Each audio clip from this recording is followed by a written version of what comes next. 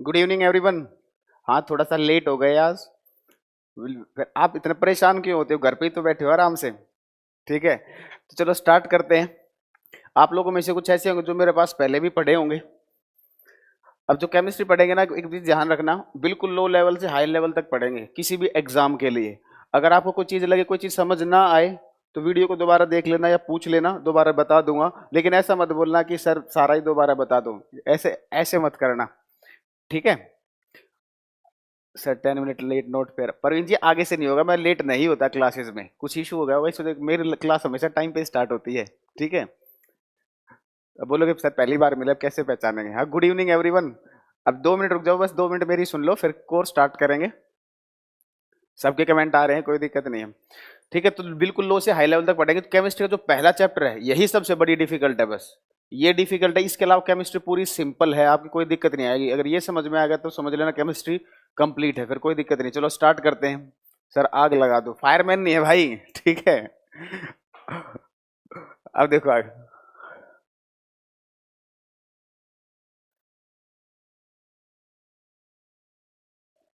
देखो, पहला चैप्टर है एटॉमिक स्ट्रक्चर, परमाणु संरचना। एटॉमिक स्ट्रक्चर, परमाणु संरचना। एटॉमिक स्ट्रक्चर, परमाणु संरचना। ठीक है, बहुत क्लासेस लगेंगे रोहित जी, कितनी क्लासेस छोड़ो, आप पढ़ते रहो। आप स्टार्ट करते हैं। देखो एटॉमिक स्ट्रक्चर में परमाणु संरचना। अब एक चीज ध्यान से सुन लो, नोट्स आपको बाद में मिलेंगे। ठीक है, दूसरा, नोट्स में साथ के साथ बनवाता हूं, इस चीज का ध्यान रखना। सब ये सब साथ साथ नोट्स बनाएंगे, क्योंकि अगर आप साथ साथ लिखोगे ना तो केमिस्ट्री आपको ज्यादा समझ में आएगी और आपको पढ़ने में भी मजा आएगा। अगर आपको नोट्स मटेरियल पहले दे दिया जाए ना, और मटेरियल दे भी देंगे, तो आप उसे पढ़ोगे नहीं। ठीक है, बस वो सजावट के ही काम आएगा आपके। तो नोट्स खुद बनाने हैं, और ये बार बार ये सवाल नहीं पूछेंगे सर नोट्स कब मिलेंगे, ये ऐसा क्वेश्चन कोई नहीं पूछेगा। पूछोगे तो मैं इग्नोर मार दूं, पहले ही बता देता हूं। ठीक है, नोट्स साथ साथ साथ के साथ बनवाऊंगा, साथ के साथ नोट्स बनाने हैं, क्योंकि साथ के साथ नोट्स बनाओगे तो अच्छे से चीजें समझ में आएंगी और आपको रिवीजन करते टाइम बहुत हेल्प मिलेगी। क्योंकि अगर आपको प्रिंटेड मटेरियल दे दिया ना, तो उससे आपको ज्यादा बेनिफिट होने वाला नहीं है। दूसरा, प्रिंटेड मटेरियल में कभी भी अपडेट नहीं मिलेंगी चीजें, यहाँ पर चीजें अपडेट मिलेंगी आपको। ठीक है, और एग्जाम की बात सुन लो, मैं कह रहा हूँ जितने भी वनडे एग्जाम है सारे कवर होंगे आपके। ठीक है, कोई भी एग्जाम नहीं छूटेगा। सर स्पेशल 3 से हूँ, फिजिक्स के चलते स्पेशल 4 लेना पड़ा। सौभाग्य की बात है, केमिस्ट्री आपसे फिर से पढ़ने का मिल रहा है, बहुत खुशी। थैंक यू पार्थ जी। हाँ, जीरो से ही स्टार्ट करेंगे। ठीक है, तो नोट अब स्टार्ट हो जाना। अब हेडिंग डाल लो, एटम।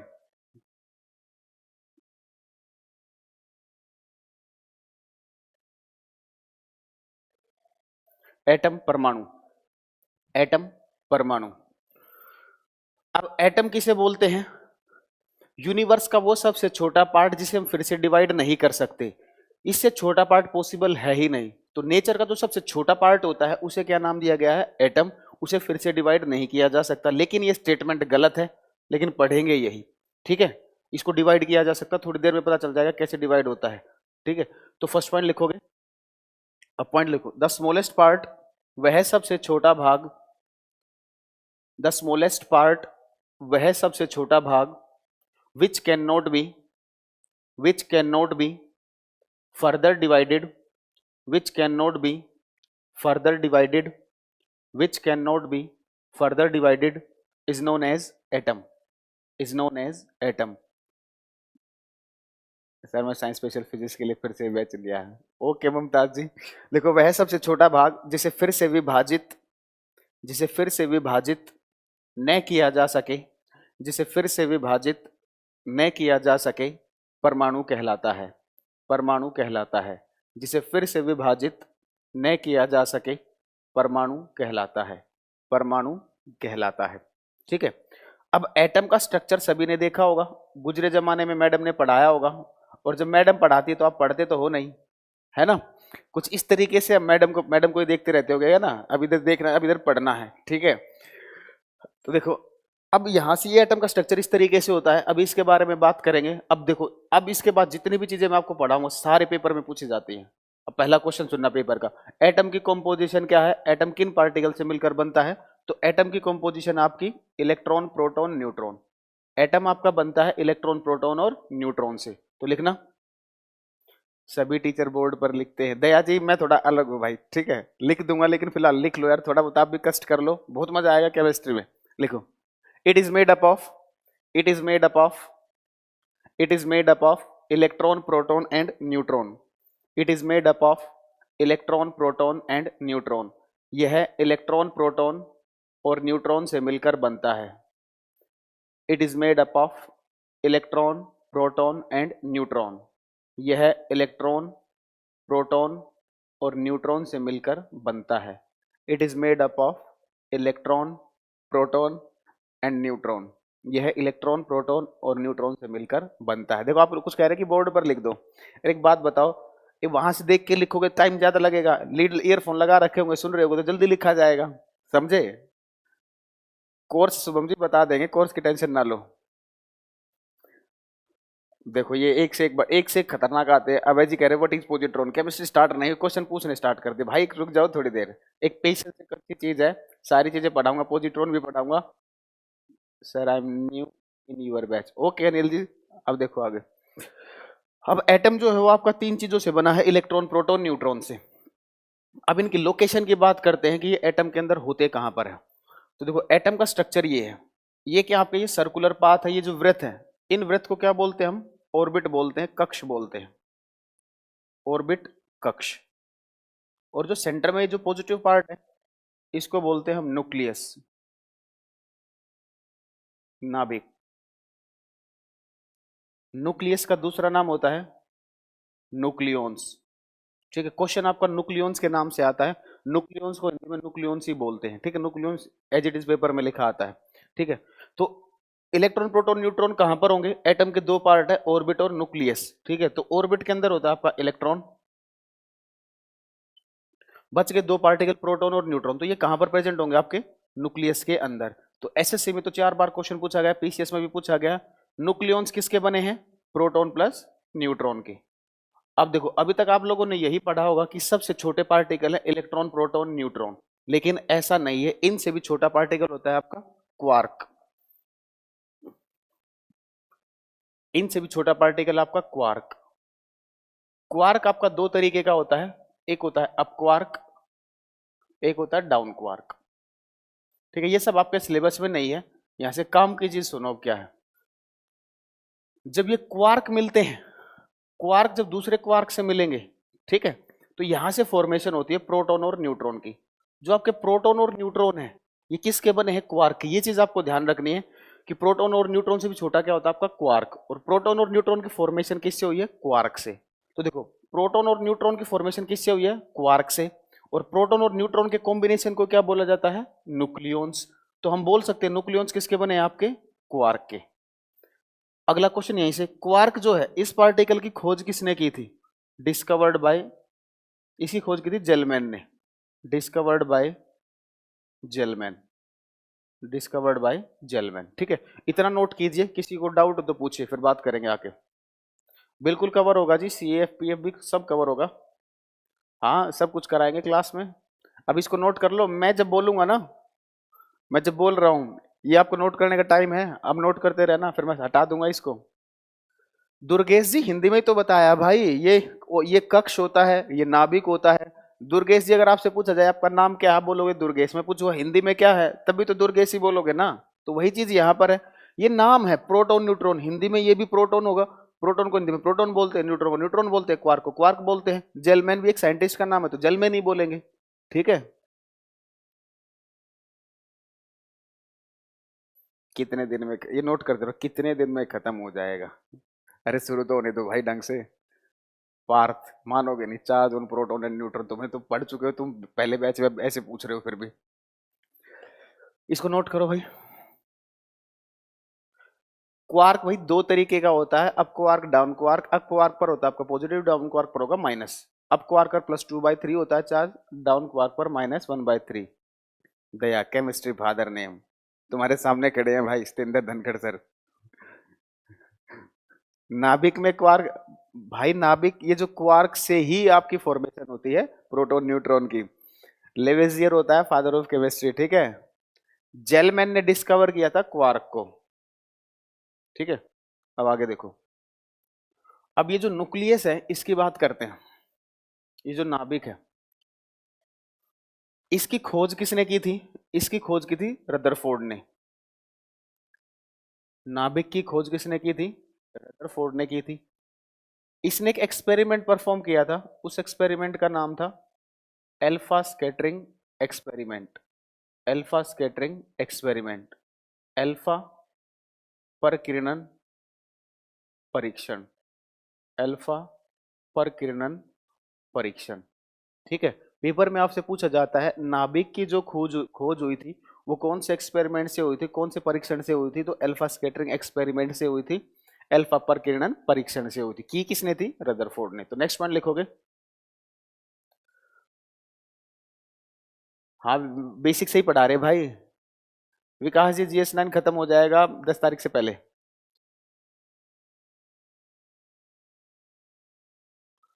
अबे यही तो बताया भाई, क्वार्क से तो फॉर्मेशन हुआ प्रोटॉन न्यूट्रॉन का। क्वार्क तो हमने पहली बार पढ़ा है। ओके सुरेश जी, बहुत चीजें नहीं पढ़ोगे आप, यहाँ पर लिखो। Nucleus was discovered bye, nucleus was discovered bye, नाभिक की खोज, नाभिक की खोज, nucleus was discovered by Rutherford, Rutherford by performing, bye performing alpha scattering experiment, bye performing alpha scattering experiment. नाभिक की खोज, नाभिक की खोज रदरफोर्ड ने, नाभिक की खोज रदरफोर्ड ने अल्फा परकिरणन परीक्षण से की थी। नाभिक की खोज रदरफोर्ड ने अल्फा परकिरणन परीक्षण से की थी, अल्फा परकिरणन परीक्षण से की थी। Nucleus was discovered by Rutherford by performing alpha scattering experiment. Gurjar ji कह रहे समझ नहीं आ रहा भाई। क्या समझ नहीं आ रहा है? अभी तो कुछ पढ़ाया भी नहीं है, हाई फाई। अगर देखो, बुरा मत मानना, अगर समझ में नहीं आया ना, अगर यहाँ भी समझ में नहीं आया तो फिर आपको कभी समझ में नहीं आएगा। ठीक है, और गलती से अगर कुछ चीज आपको दूसरी जगह समझ में आ गई तो वो आपके पेपर में नहीं आएंगी। पेपर का लेवल है ये, इस हिसाब से आपको पढ़ना पड़ेगा। टोटली एग्जाम ओरिएंटेड पढ़ाऊंगा, बकवास चीजें बिल्कुल नहीं पढ़ाऊंगा। ठीक भाई, इससे ज्यादा बेसिक और क्या होगा? इससे ज्यादा बेसिक अब आपको ABCD थोड़ी सिखाएंगे यहाँ पर। आप थोड़ा विश्वास तो रखो, ट्रस्ट तो रखो, थोड़ी देर पढ़ के तो देखो एक बार। अब देखो, एक बात बताओ, मैंने आपको तीन चार चीजें बताई अभी तक। एटम वो सबसे छोटा पार्ट होता है जिसे फिर से डिवाइड नहीं कर सकते। ठीक है, इसमें समझने का क्या है? याद करने का है। ठीक है, दूसरी बात, एटम किन पार्टिकल से बनता है? समझने का है, याद करने का। किन से बनता है? इलेक्ट्रॉन प्रोटॉन न्यूट्रॉन से। इलेक्ट्रॉन प्रोटॉन न्यूट्रॉन होते कहाँ पर है? ऑर्बिट के अंदर होता है इलेक्ट्रॉन, प्रोटॉन और न्यूट्रॉन होते हैं आपके न्यूक्लियस के अंदर। ठीक है, अब आपको ये पता होना चाहिए प्रोटॉन और न्यूट्रॉन किससे बने हैं? आपके किससे बने हैं? क्वार्क से बने हैं। ठीक है, तो प्रोटॉन और न्यूट्रॉन आपके क्वार्क से बने हैं। तो हम बोल सकते हैं न्यूक्लियॉन्स भी किसके बने हैं? क्वार्क से। अगर आपसे पूछा जाए न्यूक्लियॉन्स किसके बने हैं, या तो आप बोल दो सर क्वार्क के बने हैं, या बोल दो प्रोटॉन प्लस न्यूट्रॉन के बने हैं। अब क्वार्क की खोज किसने की थी? जेलमैन ने की थी। न्यूक्लियस की डिस्कवरी किसने की है? रदरफोर्ड ने की है। कौन से एक्सपेरिमेंट से की है? अल्फा स्कैटरिंग एक्सपेरिमेंट से। सर आप अच्छा पढ़ाते हो, थैंक यू भाई। तो देखो अब क्लियर है। अब आगे देखो, good explanation, thank you Deepak ji.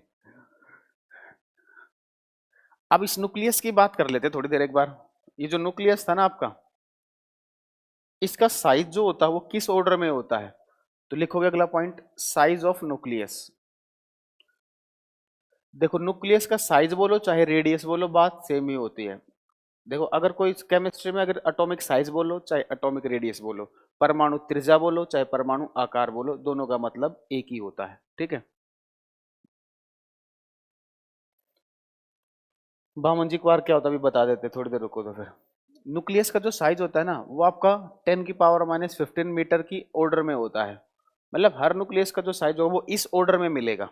ठीक है, इसके मल्टीपल में मिलेगा। नहीं सर, दम है कॉन्सेप्ट में, थैंक यू।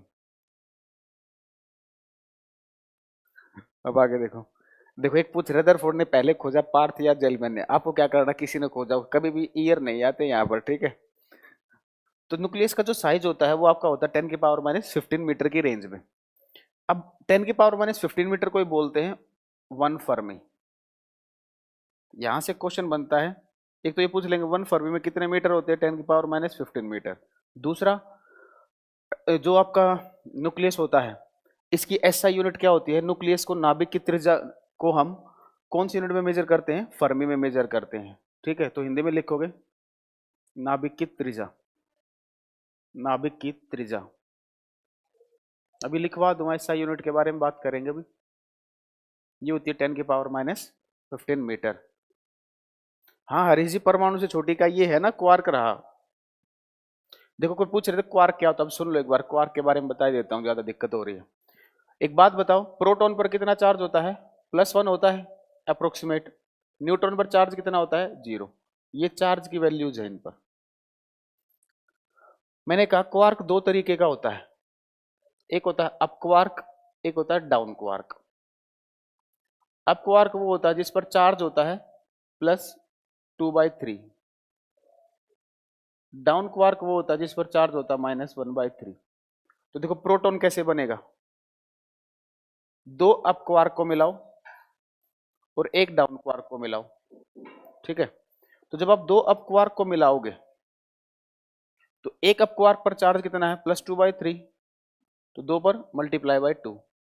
डाउन क्वार्क पर -1/3, तो ये वैल्यू कितनी आ जाएगी, 4/3 - 1/3, तो 3/3 यानी कि 1+1। तो प्रोटॉन किस तरीके से फॉर्मेशन हुई, जब दो अप क्वार्क और एक डाउन क्वार्क मिलता है। ठीक है, अब इसी तरीके से अगर न्यूट्रॉन की बात करोगे आप, न्यूट्रॉन में क्या होगा, एक अप क्वार्क होगा आपका और दो डाउन क्वार्क होंगे। एक अप क्वार्क पर चार्ज कितना है, +2/3 +2, दो डाउन क्वार्क पर चार्ज कितना है, -1/3। तो यहां से देखो क्या आएगा, 2/3 -2/3, तो वैल्यू कितनी आ जाएगी, 0। तो न्यूट्रॉन कैसे बनता है, एक अप क्वार्क और दो डाउन क्वार्क से। ठीक है, radius of atom and radius of nucleus, हाँ जी डिफरेंट होते हैं विष्णु जी। तो ये है अप क्वार्क, ये है क्वार्क के बारे में। अब आगे देखो,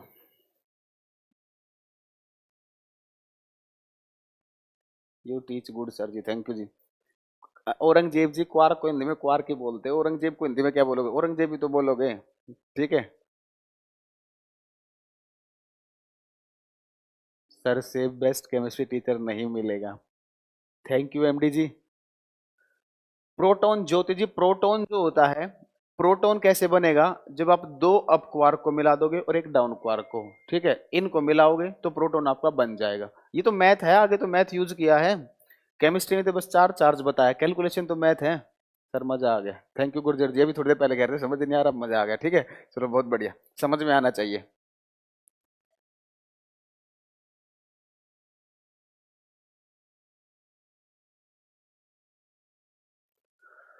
ठीक है भाई, अब यहीं से एक चीज देखो, साइज ऑफ एटम, ये किस ऑर्डर में होता है, साइज ऑफ एटम, परमाणु की त्रिज्या, साइज ऑफ एटम परमाणु की त्रिज्या, ये होती है आपकी 10⁻⁻10 मीटर के ऑर्डर में। और 10⁻⁻10 मीटर को भी बोलते हैं एंगस्ट्रॉम। तो यहां से लिख सकते हो एक एंगस्ट्रॉम में कितने मीटर होंगे, 10⁻⁻10 मीटर। अब इसको हटा रहे हैं। अब जितने ये दोनों चीजें हमने पढ़ी, अब यहां से क्वेश्चन देखो, एसआई यूनिट की बात करें, एसआई यूनिट, एक वो आपसे पूछता है एसआई यूनिट बताओ एटॉमिक साइज की, परमाणु त्रिज्या की।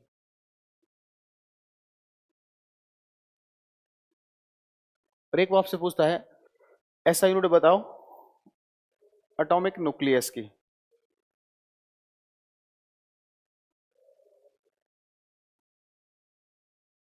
नाभिक की त्रिज्या की, चाहे आकार बोल लो चाहे त्रिज्या बोल लो, बात सेम है। तो एक चीज देखना, जो न्यूक्लियस होता है, न्यूक्लियस का जो साइज होता है, नाभिक की जो त्रिज्या होती है आपकी, वो किस में एक्सप्रेस कर रहे हैं हम, फर्मी में। तो इसकी एसआई यूनिट क्या हो जाएगी आपकी, फर्मी। इसकी एसआई यूनिट होती है फर्मी। ठीक है, और बात करें एटॉमिक साइज, एटॉमिक साइज को हम किस में मेजर कर रहे हैं? एंगस्ट्रॉम में, तो इसकी ऐसा यूनिट हो जाएगी एंगस्ट्रॉम। तो इसको बड़े ध्यान से करना, कंफ्यूज नहीं होना है। एंगस्ट्रॉम को लिखते हैं A0 से, ठीक है, फर्मी को बड़े कैपिटल F से।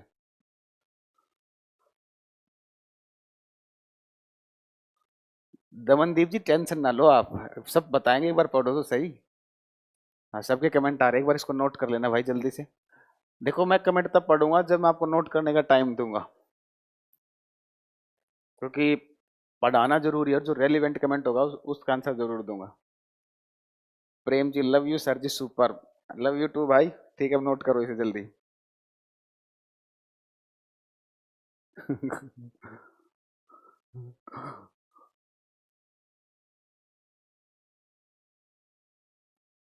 देखो दो चीजें हैं जिनको समझने में दिक्कत हो रही है ना भाई, तो दो तरीके हैं, या तो उस टॉपिक को छोड़ दो, क्योंकि ये चीजें आपको कोई बताएगा नहीं। क्योंकि आज तक आपने, mind blowing sir, thank you Aditya ji, क्योंकि आप लोगों ने इस, देखो सिलेक्शन लेना है ना, तो आपको सारी चीजें पढ़नी पड़ेगी, इजी भी डिफिकल्ट भी। सर पहली क्लास है, मजा आ गया, पैसे वसूल, थैंक यू संदीप जी। तो मैं ये कह रहा हूँ अब 2 मिनट, आज पहली क्लास है ना, तो थोड़ा सा टाइम लगेगा, ठीक है, क्योंकि थोड़े आप चीजों को बताना भी पड़ेगा। देखो अगर आपको लेवल ज्यादा लगे, या बोलो कि समझ में, जो ये कह रहे हैं ना, एक दो बच्चे कह रहे हैं कि समझ में नहीं आ रहा, तो भाई आप लोगों को अपना लेवल उठाना पड़ेगा, ठीक है, क्योंकि कहीं और पढ़ोगे तो मेरी गारंटी है, अब इसमें ये मत बोलना कि सर ऐसे नहीं बोलते। मैं जो पढ़ाता हूँ ना, बहुत रेयर कोई टीचर आपको ऐसा पढ़ाता है, इतनी चीजें नहीं पढ़ाएगा, ठीक है, और ये सारे एग्जाम में आती हैं, क्योंकि मैं एग्जाम रेलिवेंट डाटा पढ़ाता हूँ, मैं खुद सेलेक्टेड हूँ, गवर्नमेंट जो पढ़ूँ आप लोगों को बता देता हूँ। तो फालतू चीजें मैं बिल्कुल नहीं पढ़ाऊंगा, एग्जाम कैसे निकालना हो सारी चीजें बात करेंगे, तो ये उसका है रीजन। तो आप समझो, मस्त पढ़ा रहे हो सर। अगर आपको कुछ थोड़ी दिक्कत आती है तो थोड़ी देर इंतजार करो। सर सारे टीचर बहुत बेस्ट मिले हैं सर, हाँ सारे टीचर बेस्ट हैं भाई। अब आगे देखो, सर मैंने आप यूट्यूब पूरे वीडियो देखा था, बहुत अच्छा अच्छा था, thank you Mumtaz ji. PDF देखो भाई, उल्टे उल्टे कमेंट, पीडीएफ मिलेगा भाई, थोड़ी देर पहले 5 मिनट पहले एक बात बताई थी। अब आगे देखो, अब न्यूक्लियस पे आते हैं वापस। अब एक चीज देखना, इस न्यूक्लियस के अंदर, इस नाभिक के अंदर क्या है आपके? प्रोटॉन और न्यूट्रॉन, दो चीजें हैं। तो कोई तो फोर्स होगा जो इन दोनों चीजों को यहां पर बाउंड करके रखता है, कि यहां से बाहर निकलने नहीं देता। तो कोई तो ऐसा फोर्स होगा ना, जो प्रोटॉन और न्यूट्रॉन दोनों को एक साथ यहां पर बांध के रखेगा। तो इन दोनों के बीच जो फोर्स होता है ना, वो होता है आपका न्यूक्लियर फोर्स, नाभिकीय बल। न्यूक्लियर फोर्स, नाभिकीय बल, न्यूक्लियर फोर्स, नाभिकीय बल, यहीं से। तो प्रोटॉन और न्यूट्रॉन के बीच कौन सा फोर्स है? न्यूक्लियर फोर्स है। दूसरा यहीं से क्वेश्चन, नेचर का सबसे स्ट्रॉन्गेस्ट फोर्स कौन सा होता है? सबसे शक्तिशाली बल कौन सा होता है? आपका न्यूक्लियर फोर्स। तो नेक्स्ट पॉइंट लिखोगे, proton and neutron, proton and neutron,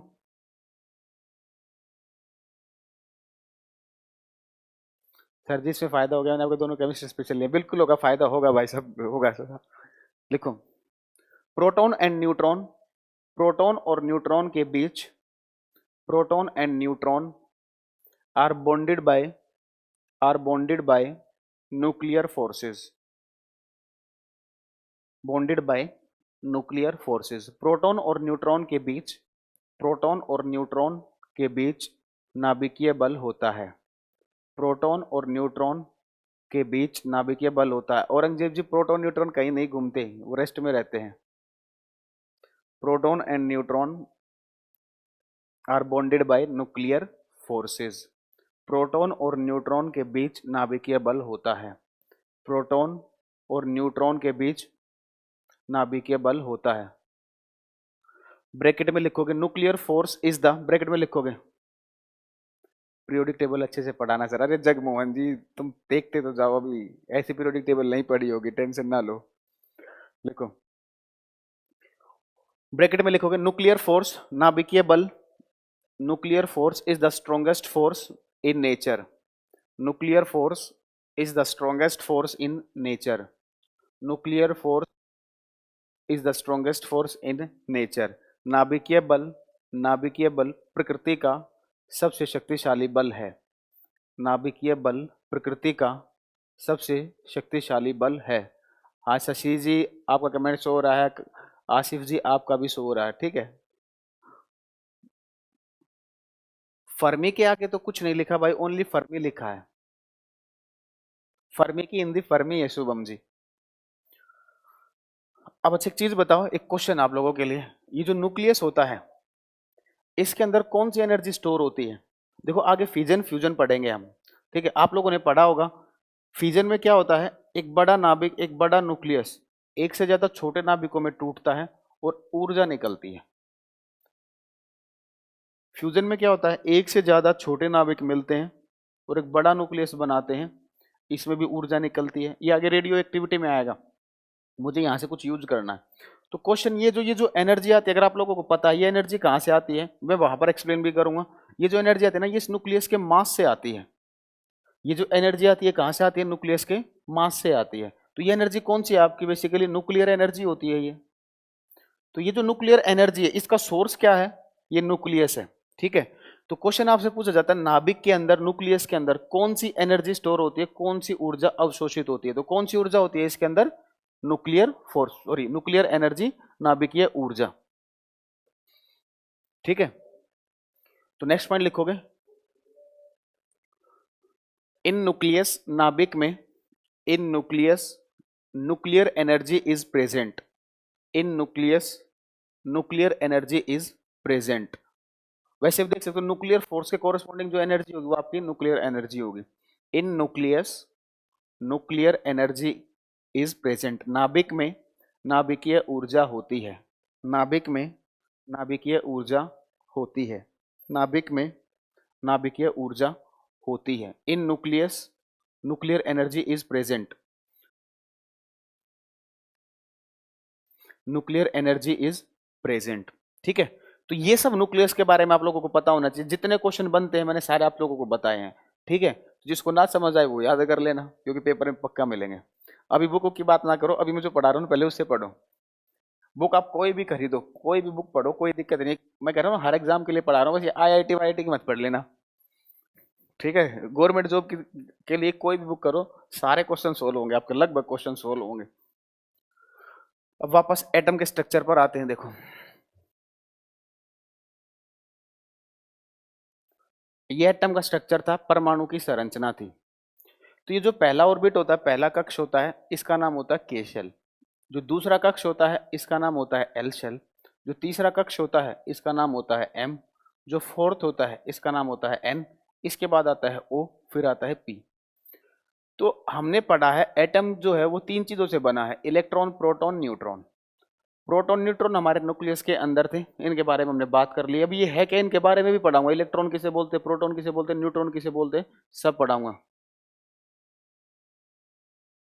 Mustafa जी क्या डाउट है आपका, मैंने ये कोर्स परचेज भी कर लिया, क्या डाउट है बताओ। डाउट बोले तभी तो बताएंगे ना भाई, बाकी पढ़ाने पे भी तो ध्यान देना ना, ठीक है। तो प्रोटॉन न्यूट्रॉन आपके न्यूक्लियस में थे, इलेक्ट्रॉन कहां पर था, ऑर्बिट्स के अंदर था। अब हमें ये पता लगाना है कि इन ऑर्बिट्स में ज्यादा से ज्यादा, मैक्सिमम से मैक्सिमम कितने इलेक्ट्रॉन्स आ सकते हैं, ठीक है। तो ये जो के शेल होती है इसमें मैक्सिमम से मैक्सिमम आपके 2 इलेक्ट्रॉन आ सकते हैं। एल जो होती है इसमें मैक्सिमम से मैक्सिमम 8 इलेक्ट्रॉन आ सकते हैं, ठीक है। जो एम शेल होगी इसमें मैक्सिमम से मैक्सिमम 18 आ सकते हैं। जो एन होगी इसमें मैक्सिमम से मैक्सिमम 32 आ सकते हैं। ओ में कितने आ सकते हैं, 50 आ सकते हैं। पी में कितने आ सकते हैं, 72 आ सकते हैं। ये कैसे पता चला कि के में 2 आएंगे, एल में 8 आएंगे, एम में 18 आएंगे, एन में 32, ओ में 50, ठीक है। तो इसके लिए एक फॉर्मूला है, लिखवाऊंगा, अभी सुनते रहना। किसी भी शेल में आपको मैक्सिमम इलेक्ट्रॉन्स निकालने हैं तो उसका फॉर्मूला होता है 2n², ठीक है। अब यहां पर ये जो n होता है, ये n क्या रिप्रेजेंट करता है, ये रिप्रेजेंट करता है ऑर्बिट नंबर को, कक्ष संख्या को, ये नंबर ऑफ ऑर्बिट्स को। लेकिन पेपर में जब आपसे क्वेश्चन पूछा जाएगा ना, पेपर में आपको फॉर्मूला दिया है 2n² और आपसे पूछा गया n क्या रिप्रेजेंट करता है, तो ऑप्शन में आपको ऑर्बिट नंबर या नंबर ऑफ ऑर्बिट्स नहीं होंगे। क्वांटम नंबर्स आप लोगों ने सुने होंगे, आगे आएंगे मैं पढ़ाऊंगा क्वांटम नंबर्स, ठीक है। अभी कोई ये नहीं पूछेगा सर ये क्वांटम नंबर होते क्या है, उससे क्वेश्चन यहाँ पर आ रहा है वो आप ध्यान रखोगे। ये जो n होता है इसका नाम होता है प्रिंसिपल क्वांटम नंबर। अभी इसे क्रैम करोगे, आगे बताऊंगा इसका मतलब क्या है, क्योंकि पूरा टॉपिक है।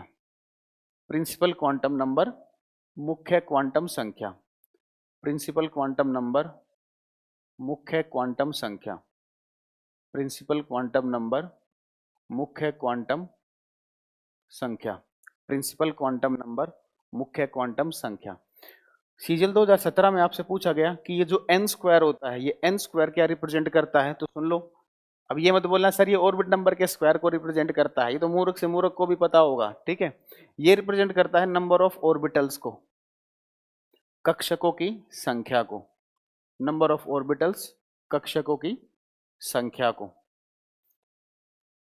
ऑर्बिटल्स क्या होते हैं आगे आएंगे, आज ही आ जाएंगे, नहीं तो कल की क्लास में आ जाएंगे, जो नेक्स्ट क्लास होगी ना जब भी मेरी, उसमें आपके पता चल जाएगा ऑर्बिटल्स क्या होते हैं। फिलहाल समझने के लिए मैं बता देता हूँ बेसिक डिफरेंस क्या है।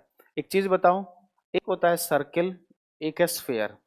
इन दोनों में क्या अंतर होता है, ये नहीं बोलना सर सर्किल जो होता है वो वृत्त होता है और जो स्फेयर होता है वो गोला होता है, ये नहीं बोलोगे, ठीक है। देखो सर्किल जो है ये आपका 2 डायमेंशनल फिगर है और जो स्फेयर है ये आपका 3 डायमेंशनल फिगर है, ठीक है। तो सर्कल 2 डायमेंशन में होता है, स्फेयर आपका 3 डायमेंशन में होता है। तो अब एक चीज देखना, मैंने आपको पढ़ाया था थोड़ी देर पहले, मैंने क्या कहा था, ये वृत्त है, मैंने ये कहा था ये सर्किल है। तो ये क्या है, ऑर्बिट क्या आपके वृत्त है, सर्किल है। तो ऑर्बिट जो होता है ये 2 डायमेंशनल कॉन्सेप्ट होता है और जो ऑर्बिटल होता है ये आपका 3 डायमेंशन। ऑर्बिट जो होते हैं ये 2 डायमेंशन में डिफाइन किए जाते हैं, ऑर्बिटल आपके 3 डायमेंशनल कॉन्सेप्ट होता है। मतलब जो स्टार्टिंग में एटम को स्टडी किया गया था, परमाणु का अध्ययन किया गया था, तो बोला गया था परमाणु जो होता है ना वो 2 डायमेंशन में होता है।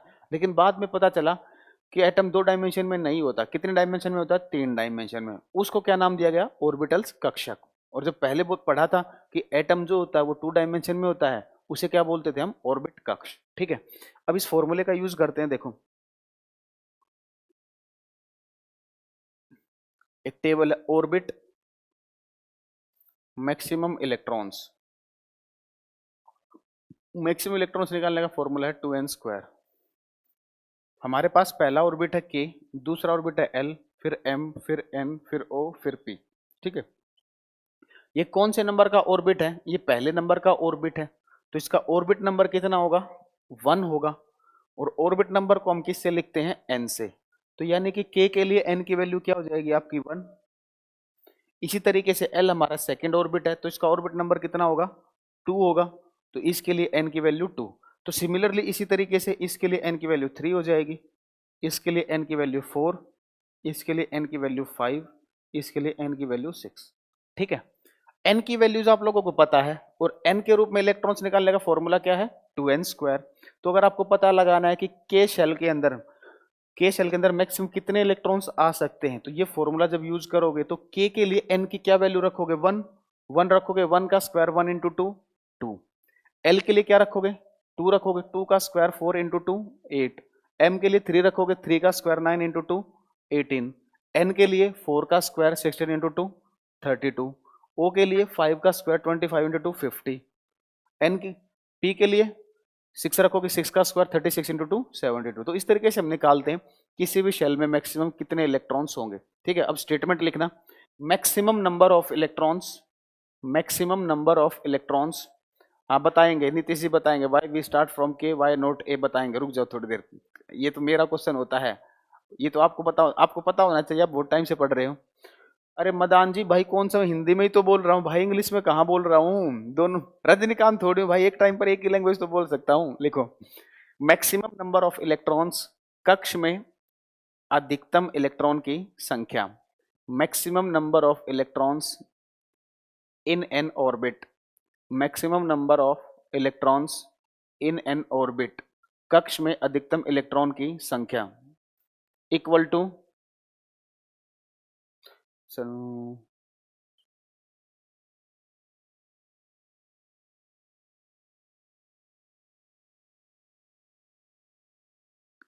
देव जी कह रहे सर जी मैं ज्यादा नहीं बोलूंगा, लेकिन कुछ लोग जो थोड़ा बहुत उनको याद होता है उसको यहाँ दिखाने आ जाते हैं और टीचर के सामने अच्छे अच्छे परसेंट पूछने की कोशिश करते हैं, लेकिन उन्हें नहीं पता है यहाँ की, यहाँ केमिस्ट्री के फादर पढ़ा रहे। थैंक यू देव जी।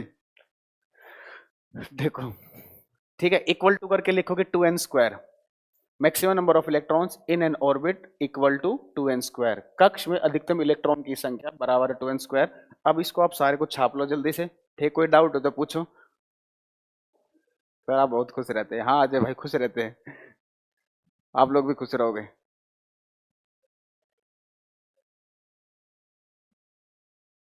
अब नोट करते रहना भाई, बाकी जैसे नोट हो जाए बता देना।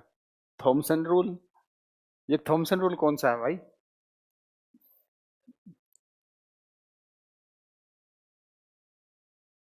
भाई साइड ही तो हूं अब।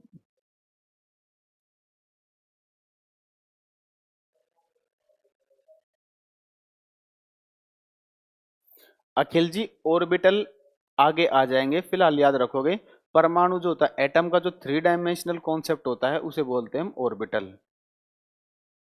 फ्यूजन फ्यूजन आगे आएगा।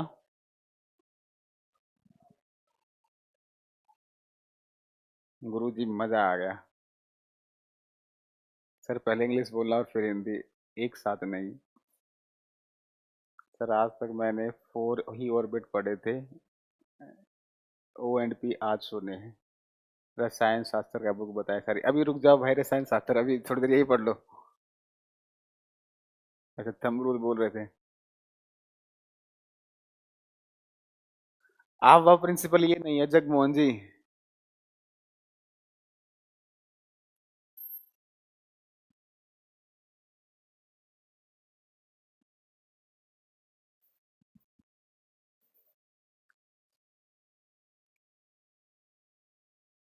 नोट कर लो जल्दी से इसे।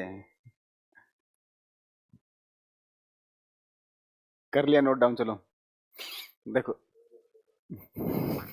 मैं रोहतक से हूँ भाई।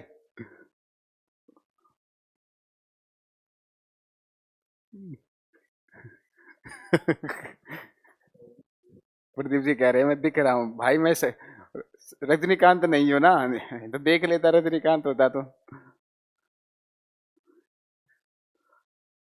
हाँ। अच्छा प्रदीप जी, मुझ जैसे बंदों को भी समझ में आया एक बार में, जो साइंस 5 साल बाद पढ़ रहे हैं 10th के बाद, ये हुई ना बात। देखो दो डायमेंशन क्या होता है, दो डायमेंशन मतलब एक्स और वाई प्लेन, या वाई और जेड प्लेन, या जेड और एक्स प्लेन। ठीक है, ओके राहुल जी, आ गया आप देखो।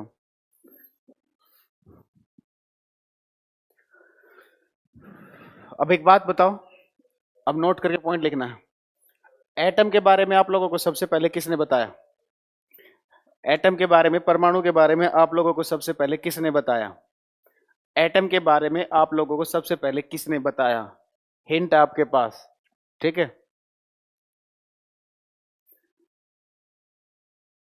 मजा आ गया। एटम के बारे में अब देखो बोलने लग जाओगे आप। देखो सबसे पहले मैडम ने ही बताया होगा ना, आप बोल रहे होगे जे जे थॉमसन वगैरह, मैडम ने ही बताया होगा ना स्कूल में, मैडम या सर ने बताया होगा कि एटम भी कुछ होता है, ठीक है। फिर उसके बाद बताया होगा। एटम के बारे में सबसे पहले किसने बताया, जल्दी बताओ, क्वेश्चन का आंसर दो, जल्दी बताओ।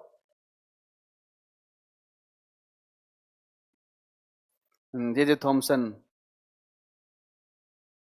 जे जे थॉमसन। बहुत बढ़िया, वेरी गुड। सतेंद्र सर ने बताया, बात बहुत बढ़िया। जे जे जे जे थॉमसन बता रहे मोस्टली ना, जे जे थॉमसन, जो जो जिनका आंसर जे जे थॉमसन है, जेम्स रदरफोर्ड, देखो एक से एक भयंकर।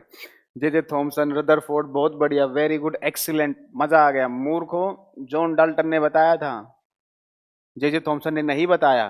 एटम की जो डेफिनेशन है कि एटम वो सबसे छोटा पार्ट होता है जिसे फिर से डिवाइड नहीं कर सकते, ये किसने बताया था? जॉन डाल्टन ने। तो एटम की जो सबसे पहली थ्योरी आई थी, जो मानी गई थी, वो थी जॉन डाल्टन ने दी थी। और इसकी थ्योरी का नाम था एटॉमिक थ्योरी, परमाणु सिद्धांत। एटॉमिक थ्योरी, परमाणु सिद्धांत।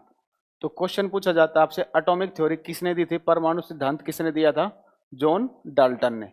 तो लिखोगे पॉइंट नोट करके, फर्स्ट पॉइंट, एटॉमिक थ्योरी, परमाणु सिद्धांत, atomic theory was given by, atomic theory was given by John Dalton. परमाणु सिद्धांत जॉन डाल्टन ने दिया था। Atomic theory was given by John Dalton. परमाणु सिद्धांत जॉन डाल्टन ने दिया था। Atomic theory was given by John Dalton. परमाणु सिद्धांत जॉन डाल्टन ने दिया था। Atomic theory was given by John Dalton. Second, अब एक चीज बताओ, 1 से 20 तक के, देखो आप लोगों को एटॉमिक नंबर, एटॉमिक मासेस कुछ लोगों को याद होंगे, कुछ को याद नहीं होंगे, लेकिन वो आपको याद करने ही करने हैं, क्योंकि उनको मैं यूज करूंगा। ठीक है, तो बेसिक से पढ़ना है तो सारी चीजें पढ़ेंगे। तो एक बार लिस्ट बना लेते हैं 1 से लेकर 20 तक के एटॉमिक नंबर और एटॉमिक मासेस की। ठीक है, तो उसको लिस्ट बनाने से पहले याद करने का तरीका बता देता हूं। सेकंड नोट में लिखोगे सेकंड पॉइंट। देखो, एटॉमिक नंबर क्या होता है अभी थोड़ी देर में आएगा। लिस्ट बना ले पहले। परमाणु संख्या जो होती है, परमाणु संख्या ये एक संख्या ना, एक नंबर है। तो या तो ये इवन होगा या ये ओड होगा, या तो ये सम संख्या होगी या विषम संख्या होगी। तो अगर एटॉमिक नंबर इवन है, सम संख्या है, ठीक है, इवन नंबर है, सम संख्या है, तो इस केस में जो परमाणु द्रव्यमान होगा, जो एटॉमिक मास होगा, एटॉमिक मास, परमाणु द्रव्यमान,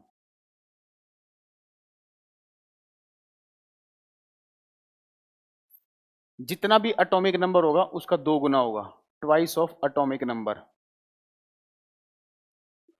ठीक है,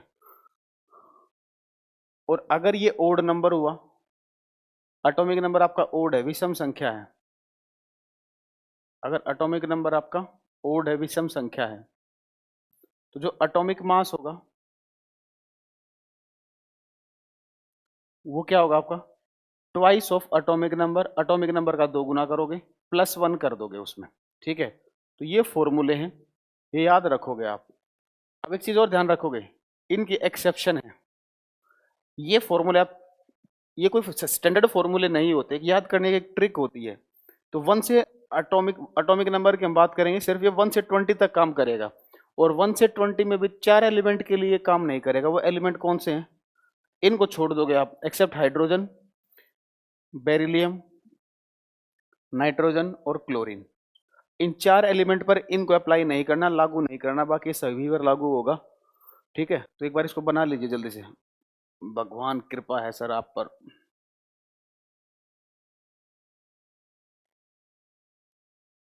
सर ये किसी ने नहीं बताया था आज तक। लिखो लिखो भाई लिखो।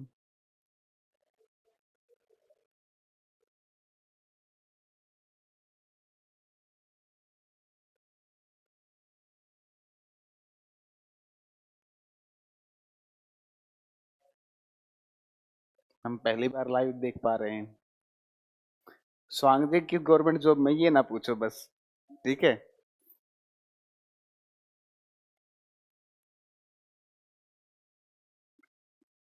Sir you are my favourite, बस एक बार मेरा नाम ले बोल दीजिए।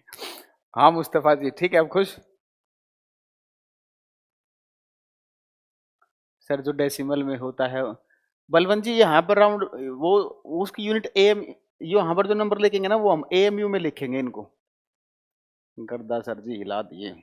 चलो आगे देखते हैं। ठीक है, नोट कर चुके होगे। एक लिस्ट बनाओगे, एलिमेंट, हिंदी में लिखोगे तत्व, ठीक है, एटॉमिक नंबर, परमाणु संख्या, एटॉमिक मास, परमाणु द्रव्यमान।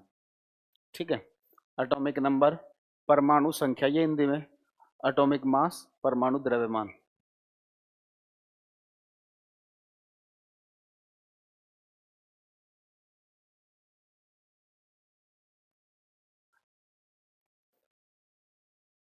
सीजीएल भर दो।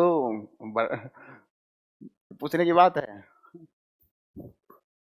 सीजीएल में इस बार पेपर देखोगे ना, लगभग पेपरों में 4 से 5 क्वेश्चन है केमिस्ट्री के।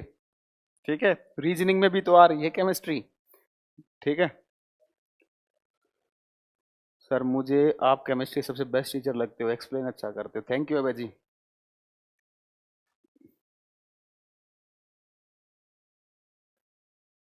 सिलेक्शन, सर आप बोल बहुत मीठे हैं, बेस्ट टीचर, आपके आशीर्वाद से मेहनत जरूरी है।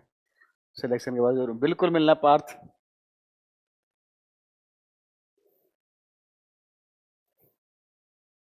आपके देखो पढ़ लेते हैं थोड़ा, नहीं तो बोलोगे बातचीत ही चल रही है। देखो, सबसे पहले अब यहाँ पर लिस्ट बनाएंगे तो एलिमेंट के नाम और सिंबल साथ में लिखेंगे। Hydrogen,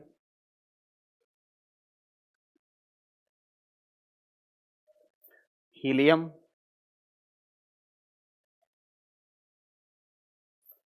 lithium,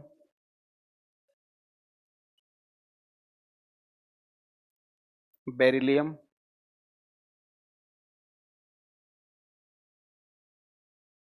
boron, carbon, nitrogen,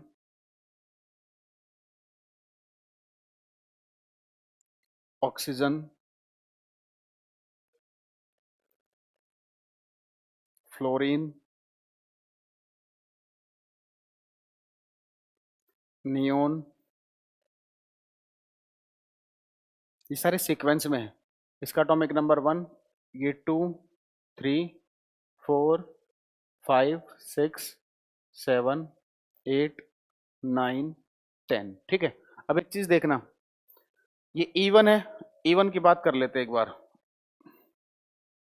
इनकी, ये इवन है, सम संख्या है, तो इसका एटॉमिक मास डबल हो जाएगा। ठीक है, ये भी इवन है तो इसका एटॉमिक मास डबल हो जाएगा। इवन है, डबल हो जाएगा, इवन है, डबल हो जाएगा। ठीक है, लेकिन मैंने कहा था ये हाइड्रोजन पर नहीं लगेगा, और ना ही बेरिलियम पर लगेगा, ना ही नाइट्रोजन पर। इनको तीनों को बाद में देखेंगे। अब देखो, लिथियम ओड है, विषम संख्या है, तो जब विषम संख्या होगी, ओड होगी, तो क्या करोगे, डबल करके 1 ऐड कर दोगे। 3 का डबल 6 + 1 7, डबल करके 1 ऐड करोगे 11, डबल करके 1 ऐड करोगे 19। हाइड्रोजन पूरी पीरियोडिक टेबल का एक ऐसा एलिमेंट होता है जिसका एटॉमिक नंबर और एटॉमिक मास दोनों बराबर होते हैं। ये ध्यान रखोगे, ये आगे काम आएगा, इससे क्वेश्चन बनते हैं आपके पेपर में। ठीक है, हाइड्रो पूरी पीरियोडिक टेबल में हाइड्रोजन एक ऐसा एलिमेंट है जिसका एटॉमिक नंबर भी 1 होता है, एटॉमिक मास भी 1 होता है। बेरिलियम का होता है 9। ठीक है, नाइट्रोजन का होता है 14। तो जिन पर मैंने ये स्टार मार्क लगाए हैं, इनका मतलब है इन पर वो फॉर्मूला अप्लाई नहीं होगा, ये आपको डायरेक्ट याद रखने हैं। जल्दी से नोट करो।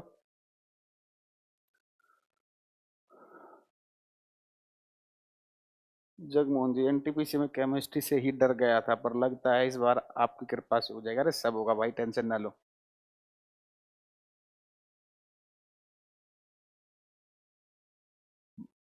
बढ़िया पहुंच गए सर। प्रदीप फ्रॉम जय Bharat school, 12th class chemistry पढ़ी थी आपसे ही, वहां भी और यहाँ भी। ओके प्रदीप जी।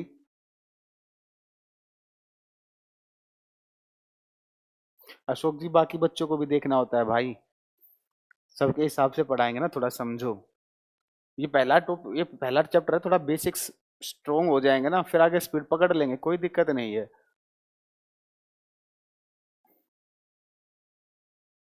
हो जाएगा एनटीपीसी तक कोर्स पूरा।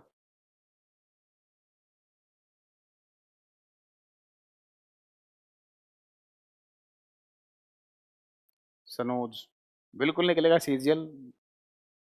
सर मस्त पढ़ा रहे हो, थैंक यू भाई, थैंक यू। अभी नोट कर लो जल्दी से इसको।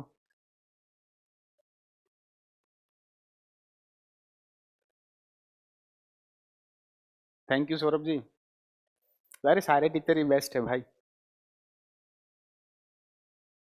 हाँ विष्णु जी, बिहार 22 दिसंबर को बिहार एसआई का एग्जाम है, टेंशन ना लो, कवर हो जाएगा, नहीं छूटेगा क्वेश्चन। शाम्बली जी, हाँ बोलिए। सीरीज याद कैसे करें, कौन सी series, Partha?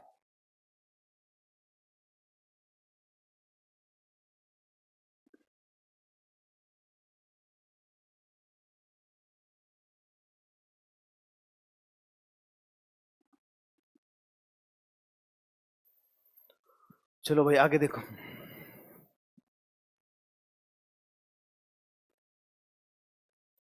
Sodium,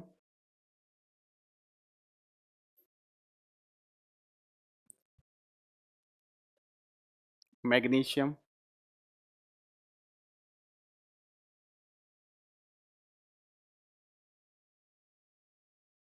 aluminium.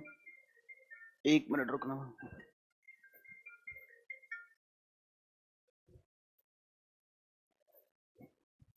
Aluminium,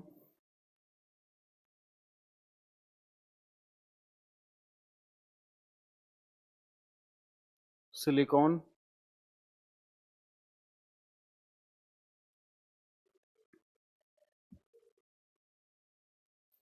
phosphorus,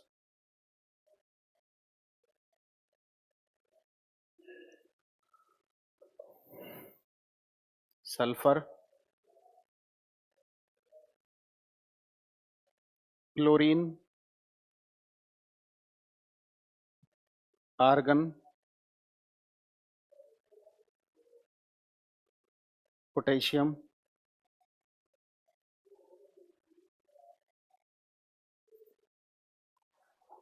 calcium. ठीक है, अब देखो इनका एटॉमिक नंबर है 11, ये 12, 13, 14, 15, 16, 17, 18, 19, 20। ठीक है, अब क्लोरीन को छोड़ दो, बाकी को उसी फॉर्मूले से अप्लाई करोगे। क्लोरीन का मैं पहले लिख देता हूँ, क्लोरीन का होता है 35.5। अब देखो सोडियम का एटॉमिक नंबर क्या है, ओड है तो मास कितना हो जाएगा 23। इवन है तो डायरेक्ट डबल, ओड है तो डबल करके वन ऐड करोगे, इवन है तो डायरेक्ट डबल, ओड है तो डबल करके वन ऐड करोगे, इवन है तो डबल, इवन है डबल, ओड है तो डबल करके वन ऐड करोगे, इवन है तो डबल। ठीक है, तो नोट करना इसको।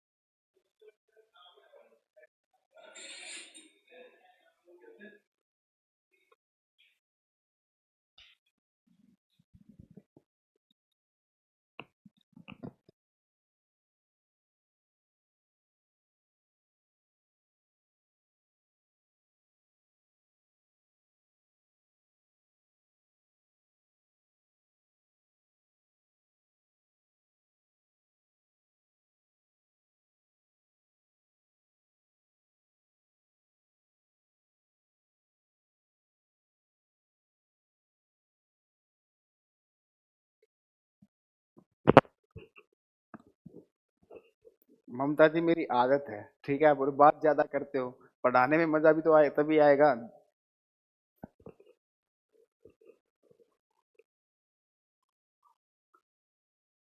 एलिमेंट, इसकी पार्ट ट्रिक नहीं भाई, ये तो प्रैक्टिस से याद होंगे।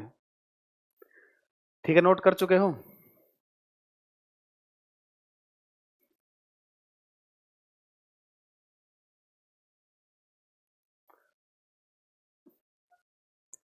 अभी तो ढंग से शुरू कहाँ हुई है केमिस्ट्री, अभी तो अच्छा कहाँ पढ़ाते हैं, अभी थोड़ी देर में पता चलेगा अच्छा क्या पढ़ाते हैं।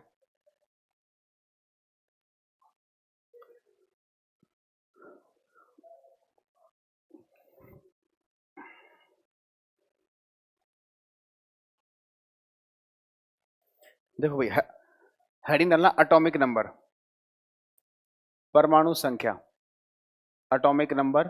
अच्छा एक मिनट एक मिनट एक मिनट, इससे पहले हेडिंग डालोगे representation of element, representation of element, तत्वों को दर्शाने का तरीका, रिप्रेजेंटेशन ऑफ एलिमेंट, तत्वों को दर्शाने का तरीका, रिप्रेजेंटेशन ऑफ एलिमेंट। द्रोण जी 20 के बाद की जरूरत नहीं है, शुभम जी 20 के बाद एटॉमिक नंबर आएगा तो उसका मासेज आपको पेपर में गिवन होगा। रिप्रेजेंटेशन ऑफ एलिमेंट, तत्वों को दर्शाने का तरीका। देखो किसी भी एलिमेंट को कैसे डिनोट करते हैं, फॉर एग्जांपल जैसे सोडियम है, जब भी हम किसी एलिमेंट को डिनोट करेंगे, दर्शाएंगे, तो हम कभी भी उसका नाम यूज नहीं करते, हम हमेशा उसका सिंबल यूज करते हैं। तो जैसे सोडियम का सिंबल होता है Na, नीचे एक नंबर लिखा होता है 11, ऊपर एक नंबर लिखा होता है 23। तो ये जो 11 होता है इसको बोलते हैं हम एटॉमिक नंबर, परमाणु संख्या, और जो 23 होता है ये होता है एटॉमिक मास, परमाणु द्रव्यमान। अब पेपर का क्वेश्चन क्या है कि ये जो एटॉमिक नंबर होता है इसका स्टैंडर्ड अल्फाबेट क्या होता है, एटॉमिक नंबर को हम किस से डिनोट करते हैं, ए से डिनोट करते हैं, बी से, सी से, डी से, किससे डिनोट करते हैं, जल्दी बताना।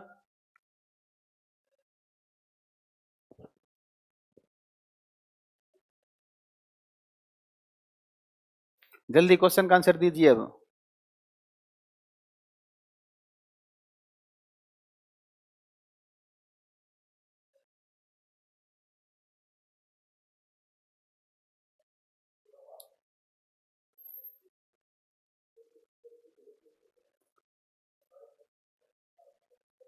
जल्दी बताओ, एटॉमिक नंबर को किससे डिनोट करते हैं? ए से, जेड से, जी से, ए से, जेड से, ए से। ये जो ए से कह रहे हैं ना, इनके लिए बहुत बढ़िया, वेरी गुड, एक्सीलेंट। मूर्खों, इसे हम डिनोट करते हैं जेड से। ना ए से, ना बी से, ना सी से, ना डी से, किसे डिनोट करते हैं हम? जेड से डिनोट करते हैं इसे, ठीक है। और एटॉमिक मास को किसे लिखते हैं हम? ए से। परमाणु द्रव्यमान को हम किसे लिखते हैं? ए से। तो देखो, किसी भी एलिमेंट को अगर रिप्रेजेंट करना है, लिखना है, तो कैसे लिखते हैं हम? पहले उस एलिमेंट का सिंबल लिखते हैं। ये कोई जनरल एलिमेंट है जिसका सिंबल है एक्स, नीचे लिखा होता है एटॉमिक नंबर, एटॉमिक नंबर को लिखते हैं हम जेड से, ऊपर लिखा होता है एटॉमिक मास, एटॉमिक मास को लिखते हैं हम ए से।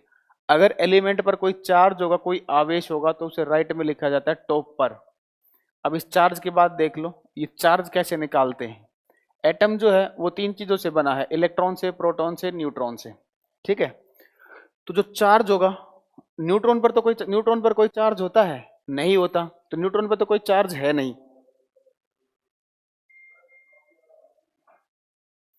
तो न्यूट्रॉन पर तो कोई चार्ज है नहीं। तो जब हम चार्ज कैलकुलेट करेंगे तो न्यूट्रॉन का तो कोई रोल आएगा नहीं। तो चार्ज किस पर होता है? प्रोटॉन और इलेक्ट्रॉन पर। तो जो चार्ज होता है ये बराबर होता है प्रोटॉन प्लस इलेक्ट्रॉन के। तो याद रखोगे, एक प्रोटॉन पर चार्ज होता है +1, एक इलेक्ट्रॉन पर होता है -1। इसकी एग्जैक्ट वैल्यू क्या होती है अभी आगे आएगी, ठीक है, अगली क्लास में आ जाएगा इलेक्ट्रॉन, प्रोटॉन, न्यूट्रॉन के बारे में, ठीक है। तो ये होता है चार्ज का फॉर्मूला। जैसे एग्जांपल देखो, अगर आपके पास 10 प्रोटॉन है और 12 इलेक्ट्रॉन है, ये गिवन है आपको, और आपको चार्ज पता लगाना है, चार्ज कितना होगा। तो देखो, चार्ज बराबर है प्रोटॉन प्लस इलेक्ट्रॉन के। एक प्रोटॉन पर होता है +1, टोटल प्रोटॉन कितने हैं? 10, तो टोटल कितना हो जाएगा? +10। एक इलेक्ट्रॉन पर होता है -1, टोटल इलेक्ट्रॉन कितने हैं? 12, तो आ जाएगा -12। तो चार्ज की वैल्यू कितनी आ जाएगी? -2। इस तरीके से हम चार्ज कैलकुलेट करते हैं, ठीक है। अब लिखो, जल्दी नोट करो। नहीं जी, एटॉमिक मास लेफ्ट साइड में होता है एग्जैक्ट रिप्रेजेंटेशन में।